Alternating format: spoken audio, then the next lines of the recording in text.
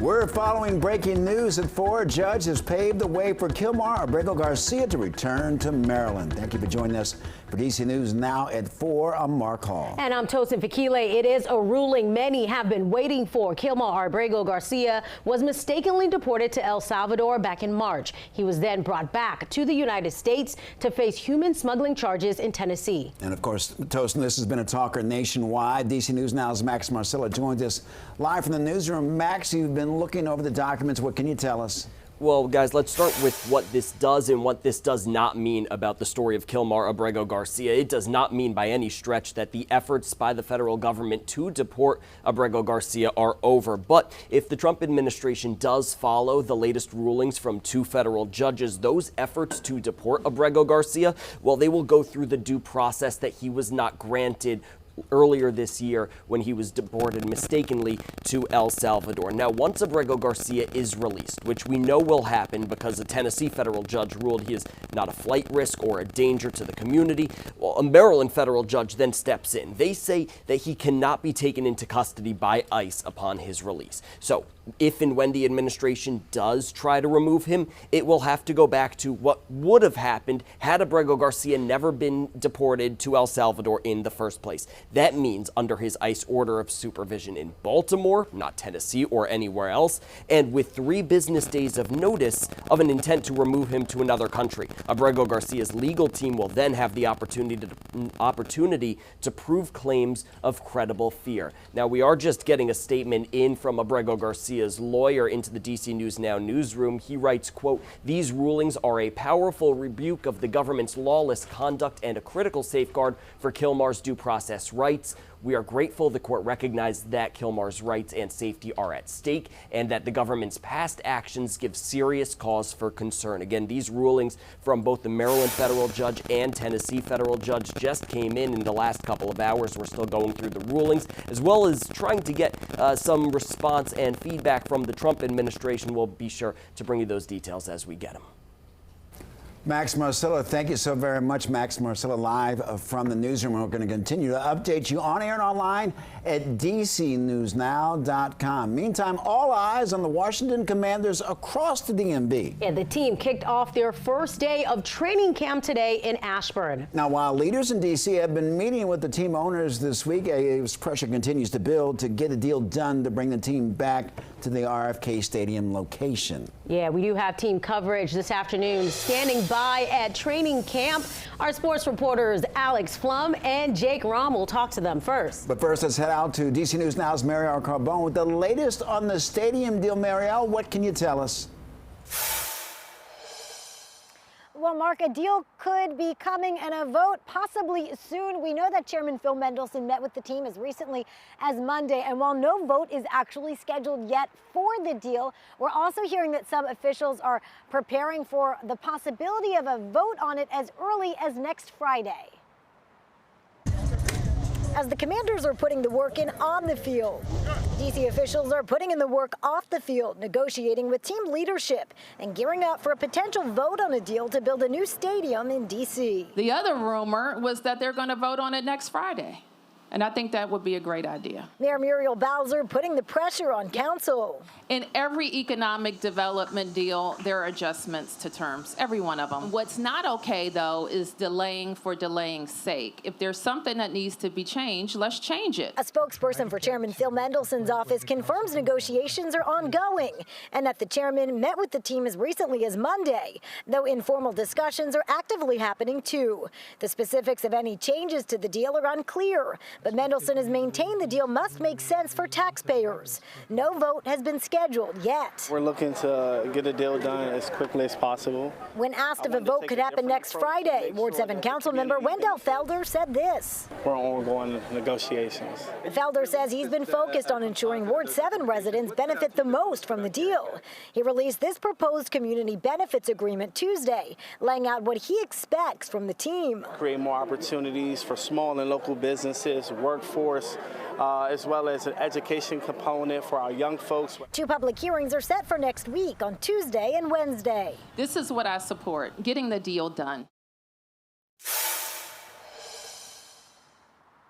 And we know that there's other pressure aside from just from D.C. officials to get this deal moving forward. Congress members, as well as the president, really saying that council needs to get this deal done. Reporting live in Southeast, I'm Marielle Carbone, D.C. News Now. All right, Marielle, thank you. That's behind the scenes off the field. Now let's talk some football on the field. Joining us now from the Commanders training camp in Ashburn, Virginia are today our reporters Alex Flum and Jake Rom. All right, guys, so with all the off the field headlines surrounding the team, let's talk some actual football. You both are two of the best people we can talk to. How was day one of training camp? Appreciate that compliment, Tosin. It's good to be out here. After the way last year's Commanders season went, there's a lot of excitement to see what Jaden Daniels can do in year two, what this team can do this year. There's a lot of good things, but there's somebody missing. Yeah, wide receiver Terry McLaurin obviously still dealing with his contract negotiations, looking for that extension with the front office and general manager Adam Peters behind the scenes working on that, hopefully. And hopefully we can see Terry out here at training camp and it doesn't go any longer. But training camp rolls on, Alex. It continues on today, but head coach Dan Quinn, quarterback Jaden Daniels, both first time speaking to the media about their thoughts about Terry's contract situation.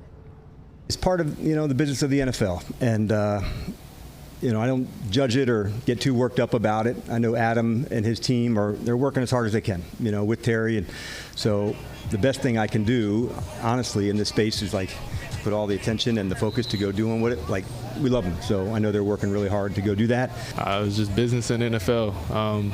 We know Terry's working. We don't really have to worry about him doing any of that. But, at the end of the day, he's still one of our brothers. So we have a whole year under our belt and just the relationship we built on and off the field. And, we don't really have egos when it comes to our relationship with each other. So it's going to be seamless. But I know Terry's working, though. So no Scary Terry here at the team facilities, but he was in Northern Virginia, Alex. Yeah, guys, we hear a rumor that someone spotted Terry coming out of a yoga class in Northern Virginia. So he's in town. So once that contract gets signed, he probably can have an easy drive over to the facility. All right, guys, it's good to know that he actually is in town. JD5 said he knows he's working. So Mark and I are wondering, do you actually think this deal will come through? And how important do you think it is to have Scary Terry this season?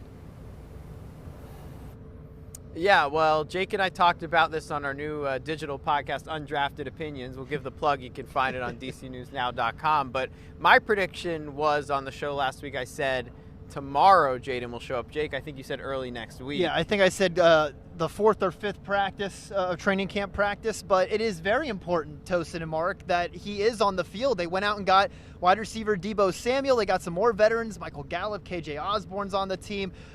Noah Brown is back. So if they can plug Terry back into this team in year two with Jaden Daniels, the sky's the limit with this wide receiver crew, in my opinion. Yeah, they need him back, and we think it's going to get done, and it'll be a big deal when they get him, but we're going to have to be a little patient with it. Definitely. But for now, we'll send it back to you guys. All right, gentlemen, thank you. I love that optimism. We need it. We definitely do.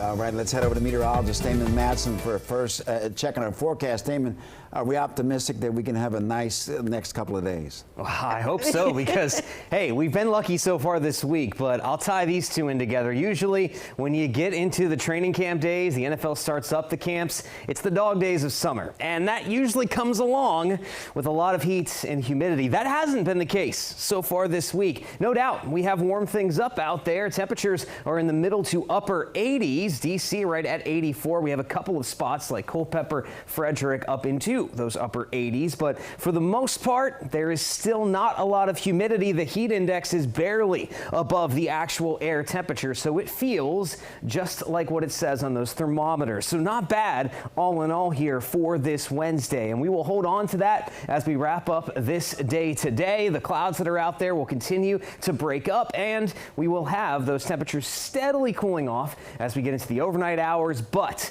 humidity, it's going to start to rise a little bit more tonight. Heading into the day on Thursday, you're going to notice the difference as you step out the door tomorrow, but we will be spiking that heat and humidity before the week is done. How hot is it expected to get both tomorrow and Friday, and could there be some thunderstorms in the mix with all this heat and humidity? We'll have a full look at your forecast coming up here in just a bit. All right, thank you, Damon. And just in at 4, Maryland Governor Westmore is speaking out after President Trump denied disaster assistance after the devastating floods in western Maryland. Governor says it's estimated that more than $15 million of damage was done when George's Creek reached a near record level, overflowing into homes and businesses. He says he asked for federal assistance back in June. Governor Moore says the Maryland Department of Emergency Management has made funding available for those affected. And still in Maryland, a woman in the hospital this afternoon after police say someone shot her near a gas station in Laurel. Prince George's County Police responded to the Sunoco gas station on Laurel Bowie Road after 10:30 p.m. on Tuesday. Police say the suspect left the scene and then carjacked a person. That suspect later caught and taken into custody. The incident is under investigation. Well, we now learned the name of the woman killed in Monday's crash on I-495 in Fairfax County. Virginia State Police say that Arlington County resident 60-year-old Susie Colbert died after her car was hit in the express lanes near Braddock Road. That was around 3 p.m. 4 vehicles were involved in the chain reaction crash, including a pickup that rolled several times. 3 people were taken to the hospital with injuries. The investigation is still ongoing. A new community center on the way to Ward 7. Today, district leaders broke ground on that facility. Yeah, we're talking about the new Fort Davis Community Center, and will replace the old one. Plans include a gym, a game lounge, of course, multi-purpose rooms, and more. D.C. Mayor Muriel Bowser says having community-based facilities is essential for any city committed to growth. There are certain things that cities like ours, big cities that have high levels of amenities, have to have. This is one such investment. 2, 1. The building will be nearly 30,000 square feet, cost $27.5 million. It's slated to open in the spring of 2027.